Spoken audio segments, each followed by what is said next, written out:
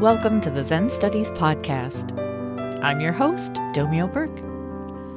Thanks, as usual, to new supporting members of the podcast, David from Cleveland, Georgia, Len from Catonsville, Maryland, Paula from Larchmont, New York, and Neta from Ottawa in Ontario, Canada.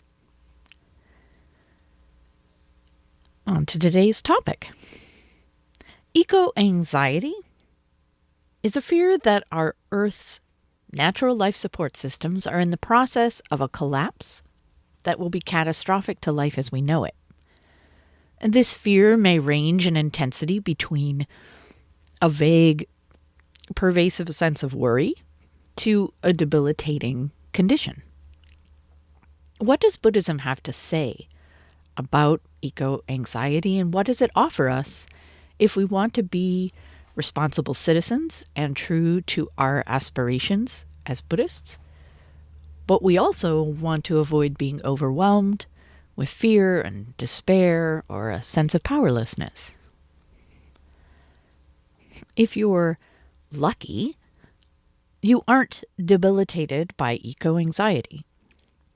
Eco-anxiety, short for ecological anxiety, is variously defined as a chronic fear of environmental doom or the generalized sense that the ecological foundations of existence are in the process of collapse.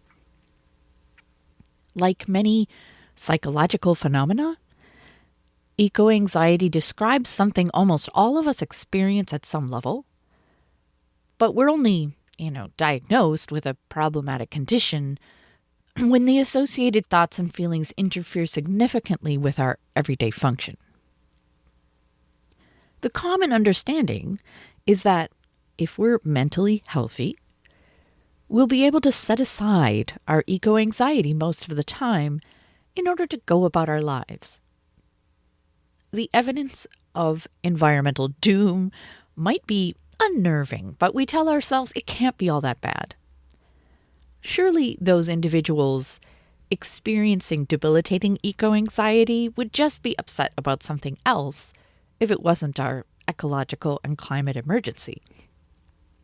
Humanity has created many environmental problems, but we've solved them before, like the depletion of the ozone layer.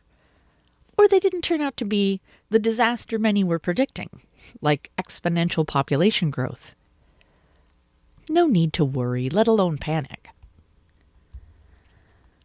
But have you ever asked yourself, what would convince you that it was that bad? That is, bad enough to panic about.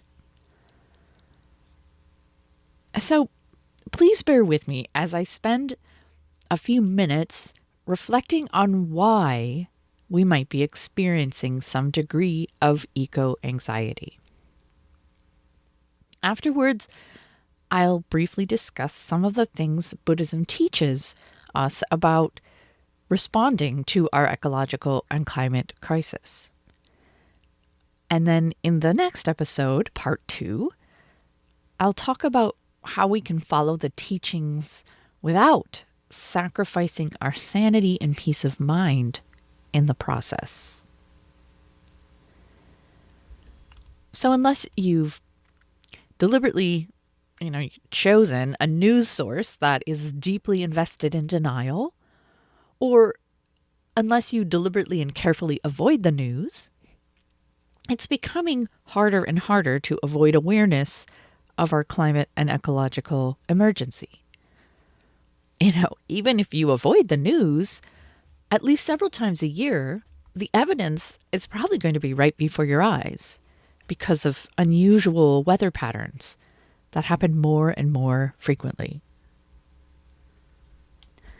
Unusual and unpredictable weather is having direct impacts on our lives.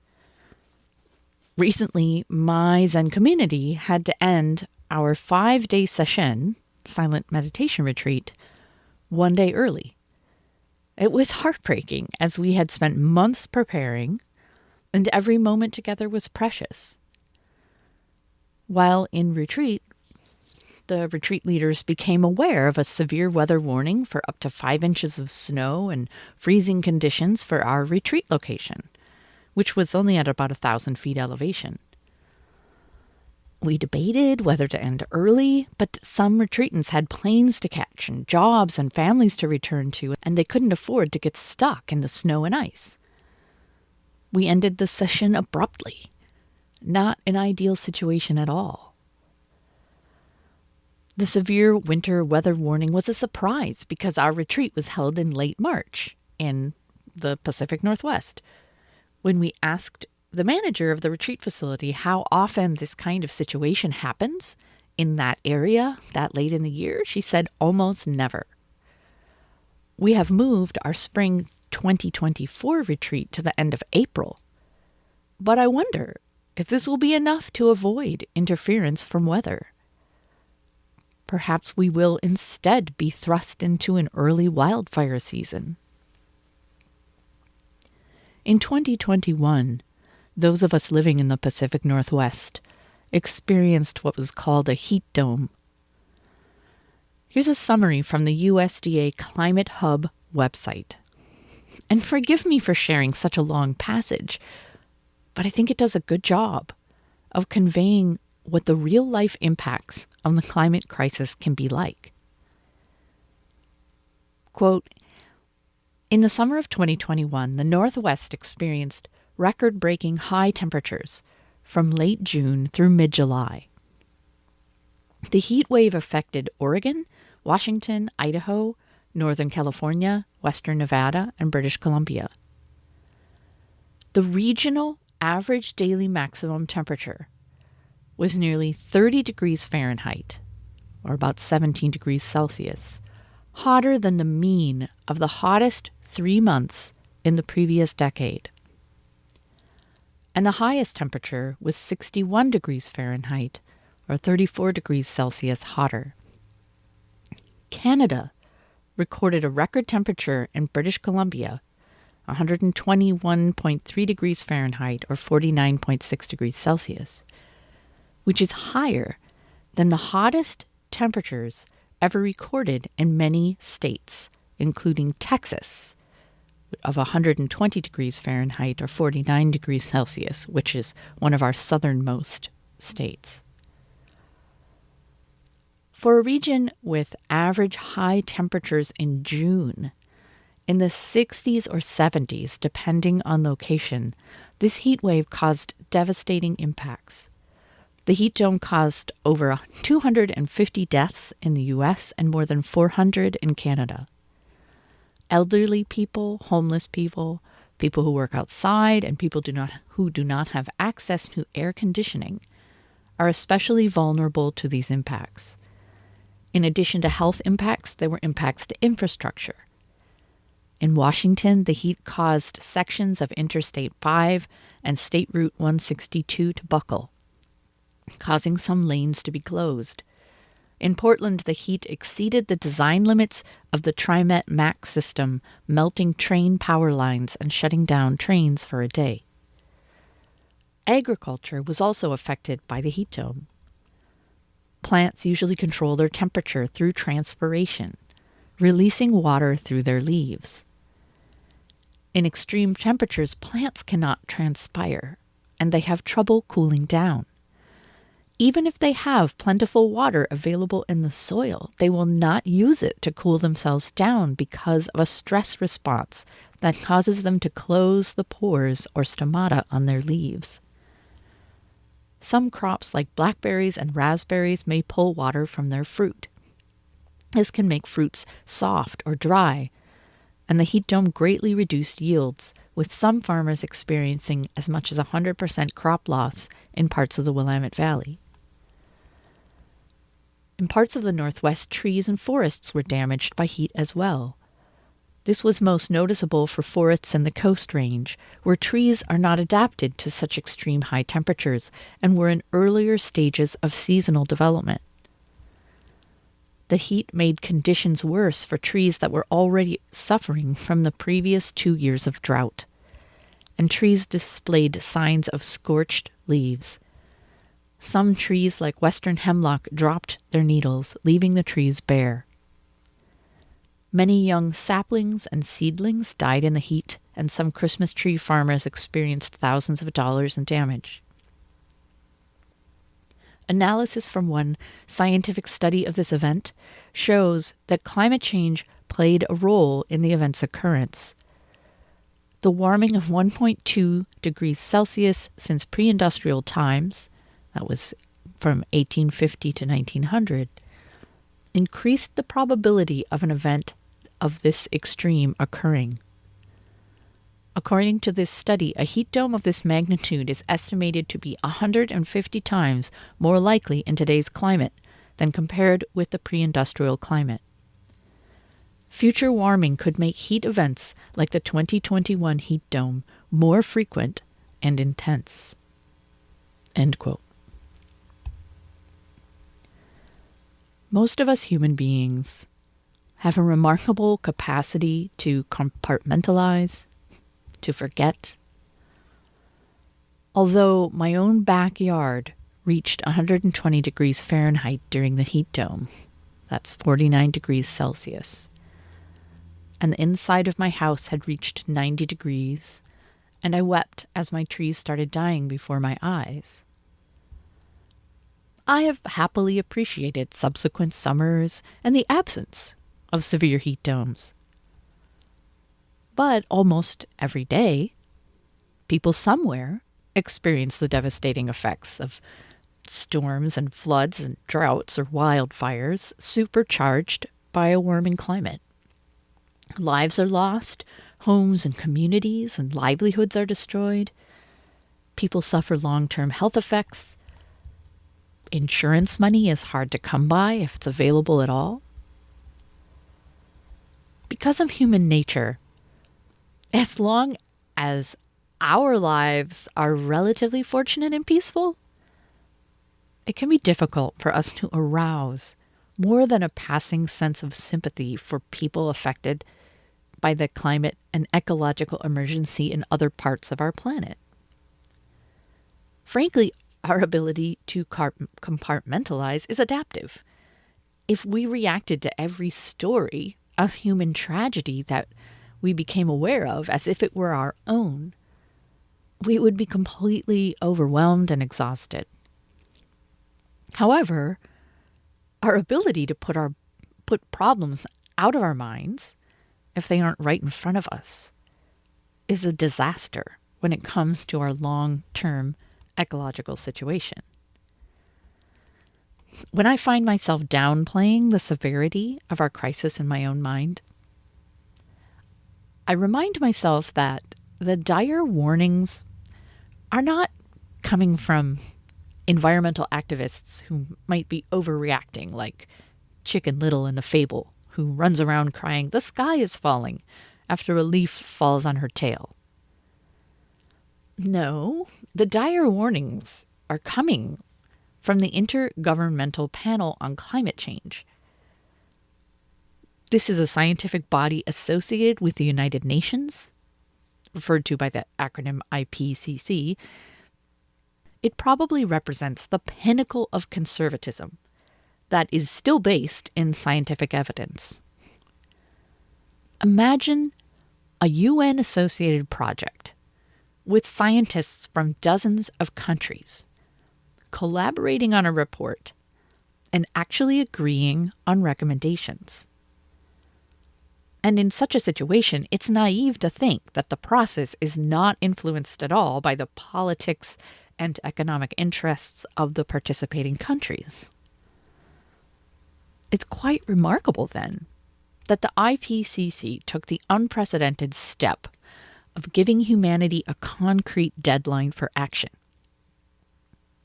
After releasing increasingly alarming climate reports over the last 30 years, the 2018 IPCC report presented a strong, evidence-based argument that global greenhouse gas emissions needed to be cut close to 50% by 2030 in order to avoid catastrophic impacts. The report states unequivocally that greenhouse gas emissions have to be drastically reduced now. This is a little like the research branch of a tobacco company publicly stating cigarettes need to be phased out of existence.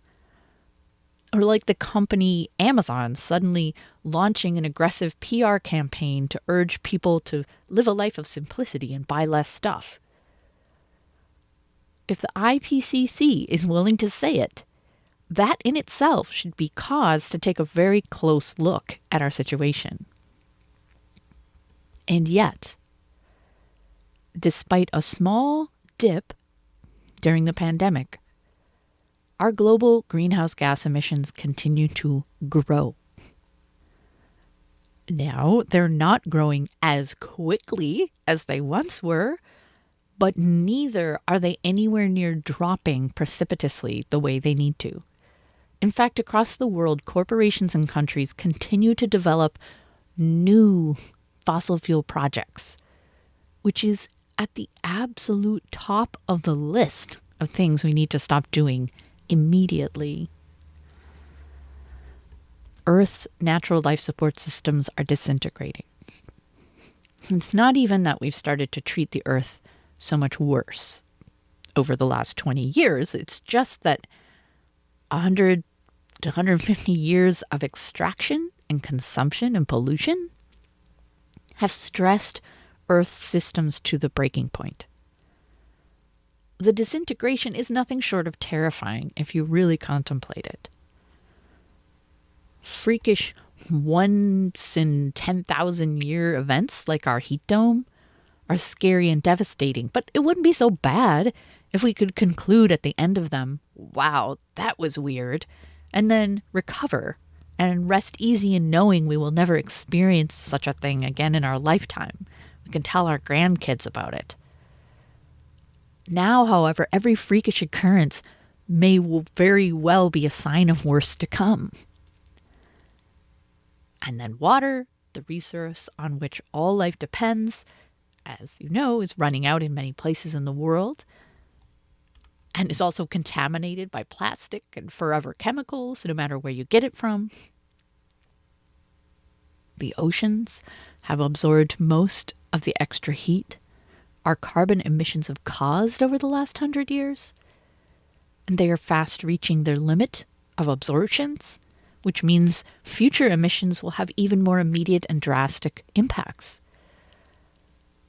Vast ocean currents maintain our planetary climate stability, and they may slow down or stop within our lifetimes, causing a collapse of marine ecosystems and climate effects we can barely comprehend. As someone who studied ecology, one of the most terrifying things I witness is the loss of insects. It's difficult for most people to notice this or care, as we generally find bugs gross and annoying. But this is the most incontrovertible evidence of ecological collapse. Once upon a time, within my lifetime, if you drove on a road trip of, say, 100 miles or more, you would need to stop frequently at gas stations simply to wash the bugs off your windshield. You'd have to soak the big windshield washer sponge in the soapy water and scrub hard. Even once you cleaned your windshield, the front of your car would still be covered with bug bodies. Do you ever see that anymore? I recently drove over 6 hours through a very lush area of the country and never once washed my windshield, even upon return. Chilling when you remember that insects are the foundation of every terrestrial ecological system after plants. So I am perceived by some as a climate activist. I've called myself that at times. I wish I could speak to you about eco-anxiety from a position of moral authority. a place of having figured out what we need to do, how we can respond effectively, a place of having come to terms with our situation. The truth is, I participated in only one climate action in 2022, nothing so far in 2023, and I have nothing on my horizon. I started out my climate activism in 2019 and was full of hope and determination. But like many others, I was burned out by the enormity of the task. I was speaking recently to someone who worked with me on climate back in 2019, and I said our activism had felt like trying to change the course of the Titanic ocean liner before it hit the fateful iceberg by riding next to the massive ship in a little rowboat and pushing. Not only did the effort seem lonely and futile, people would yell at you and drop garbage on your head from above. My friend agreed that this was a good analogy for how we had experienced much of our climate activism. When I was involved in activism, I couldn't comprehend how people could ignore what was going on, how they could remain absorbed in their own personal lives, how they could conclude so readily that there was nothing they could do, so therefore it wasn't their responsibility. Now I know. Over the past year and a half, I too have been absorbed in my own life, which includes taking care of my Zen center and my podcast, my home, my husband, my backyard habitat certified yard, and my beloved pets. I make plans for the future and start projects that will only reap rewards years from now. I find myself thinking that humanity is either going to course correct fast enough or it's not. That what I do is really not going to affect anything, and I might as well get the most out of my life while I still can. There are groups of people out there who diligently maintain an awareness of what's going on instead of just relaxing and enjoying their lives. Extinction Rebellion's main form of outreach is their Heading for Extinction and What to Do About It talks. With the help of others, you can cultivate awareness of our climate and ecological emergency and work yourself into what some climate activists call emergency mode. When you're in that mode and look around at our world, at the way people are just going about their lives, everyone looks crazy. You feel crazy when you make plans for your life based on the assumption that everything is going to more or less be the same 10 or 20 years from now. But that emergency mode, given our human psyche, takes a lot of effort to maintain. And for what? So you can feel miserable and crazy while everyone else ignores your warnings? I haven't been able to bring myself to go back into emergency mode in the last year and a half. To be fair to myself, I have come to the conclusion that sometimes climate activists err on the side of doom and gloom, claiming there's absolutely nothing positive happening in the world, while in fact we're in the midst of some very radical positive changes. However, there's no arguing that the change isn't happening anywhere near fast enough. So the view of the emergency mode people is probably more in accord with reality than the view of most of us. Our daily activities, no matter how simple, expand to fill our time and awareness. Our unfolding climate and ecological emergency is usually at the far edge of my awareness. It comes to the fore for a few minutes when I read about the latest supercharged storm or dire water shortages. or the latest horrifying predictions from climate scientists. Then the emergency recedes and is replaced by the need to write a Dharma talk or mow the lawn or visit family. This doesn't feel good or right, though. It may not be clear to me how I should live or what I should do, but I'm pretty sure this way of responding is not embodying my aspiration to live a life of compassion in accord with the Dharma.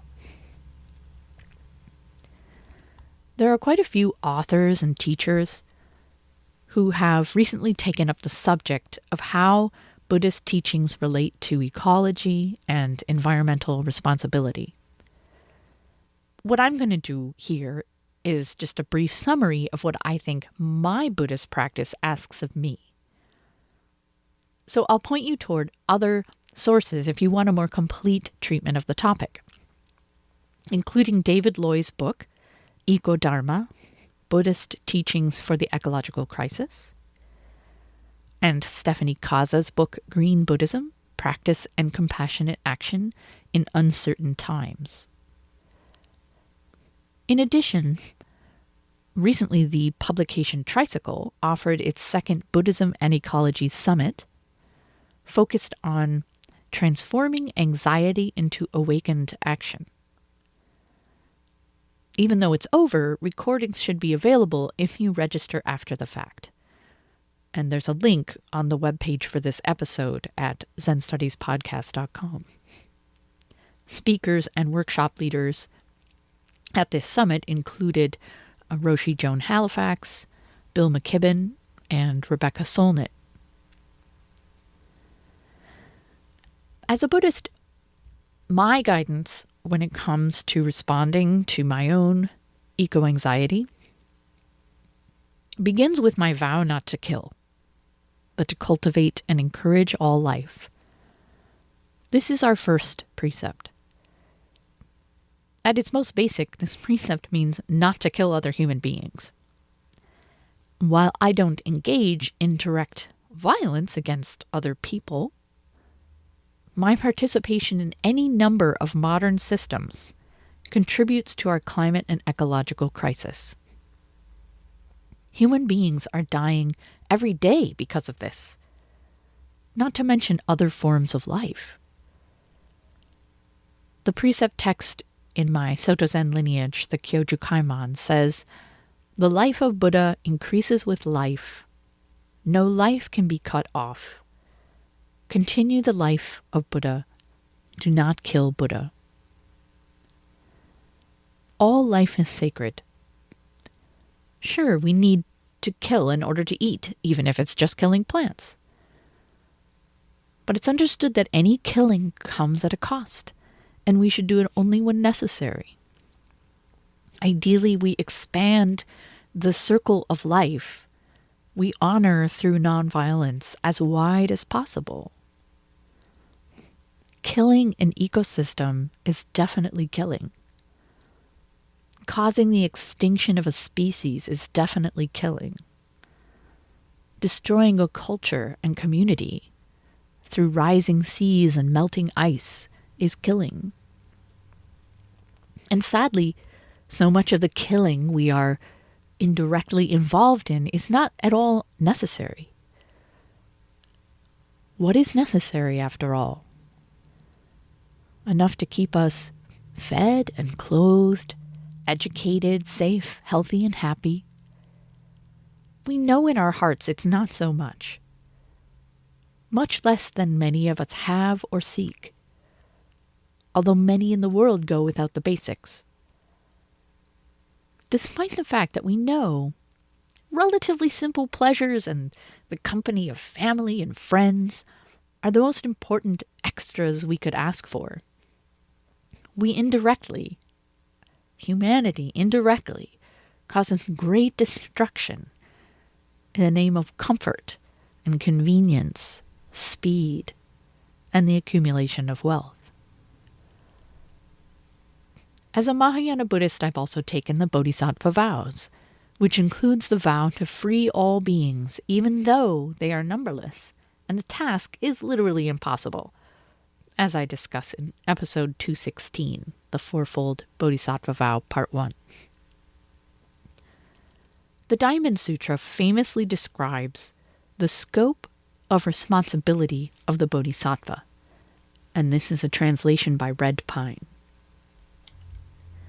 Quote, the Buddha said to Subhuti, Subhuti, those who would now set forth on the Bodhisattva path should thus give birth to this thought.